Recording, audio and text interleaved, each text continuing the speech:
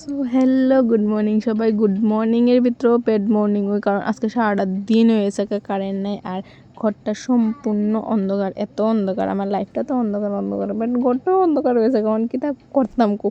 তো যাই হোক, ঘরটার তো অন্ধকার। তো আমি সকাল সকাল স্নান করে এসেছিলাম, কারণ আমি স্নানটা করে এসেছি, তারপর কারেন্ট গেছে। তো আমি ভাবলাম যে না, ঘরের ভিতরে থাকতেও গরম গরম লাগতেছে। আর সকাল থেকে তো প্রচুর বৃষ্টি হইতেছিল, এত বৃষ্টি মানে ঘর থেকে বেরোনোর মতন না। তো কারেন্ট যেহেতু কাটছে, তো আমি ভাবলাম যে না, একটু বাইরে একটু ঘোরাঘুরি করি। তো আর আমার এখানে আছে চিকি চিকি ছোটো ছোটো কক। আমি তো এটার কক দেই। তো এটার খাওয়ান টাওয়ান দিয়েছি, এডিও খাইছে না। তো এটার খাওয়ান টাওয়ান দিয়ে আসছি, খাওয়ান টাওয়ান দিয়ে আমিও নিজে একটু ভাত খেয়ে লাইছি, কারণ প্রচণ্ড খিদা পাইছে। আর বৃষ্টির দিনও তো না ঘরে থাকুন যায়, না বাইরে থাকুন যায়, না কারেন্ট থাকে, না কিছু। তো আজকে আমি প্ল্যান করতেছি যে আজকে আমি খিচুড়ি খাইমু, কারণ বৃষ্টির দিনও খিচুড়ি ছাড়া তো হইই না। মানে বৃষ্টি আইলে মনে হয় যে খিচুড়ি। আর আমার খিচুড়ি লাগে সবসময় মানে নিরামিষ তরকারি বান্দা লাগবই, নইলে আমার খালি খিচুড়ি খেতে একটুও টেস্ট লাগে না, একটুও ভালো লাগে না।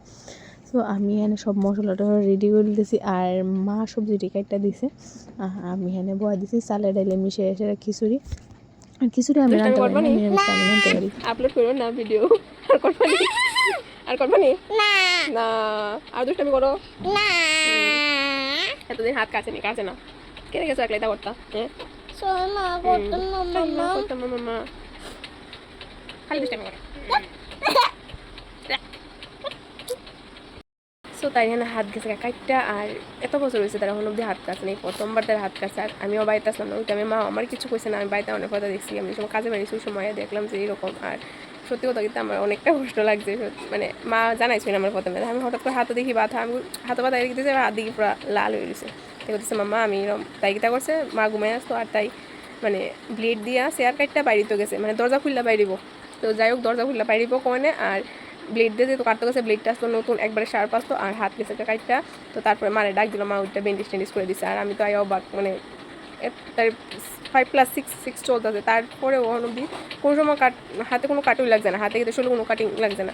আর এই জায়গায় এত বড় কাট লেগে আছে, হাতে রক্ত আইয়া, মানে কি অবস্থা কিতা কইতাম, মানে নিজের খারাপ লাগে আমার। আমি সত্যি আমি নিজের চোখে যদি দেখতাম, মানে আমি তো অজ্ঞান, কারণ আমি এতটুকু রক্ত আমি আসলে মানে বাড়িতে দেখতে পারতাম না। আর কোনো মা ওই মনে হয় না দেখতে পারবো, আমি না শুধু যে কেউ লাইফে দেখতে চাইতো না এটা।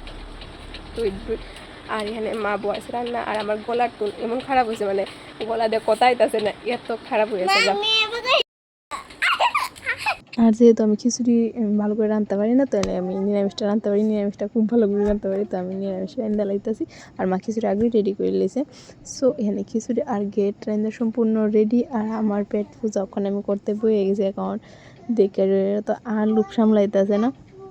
সো বৃষ্টির দিনে কার কার ভালো লাগে খিচুড়ি খেতে কমেন্টে জানাই। সো বাই, আজকের ব্লগটা এনে শেষ করতেছি।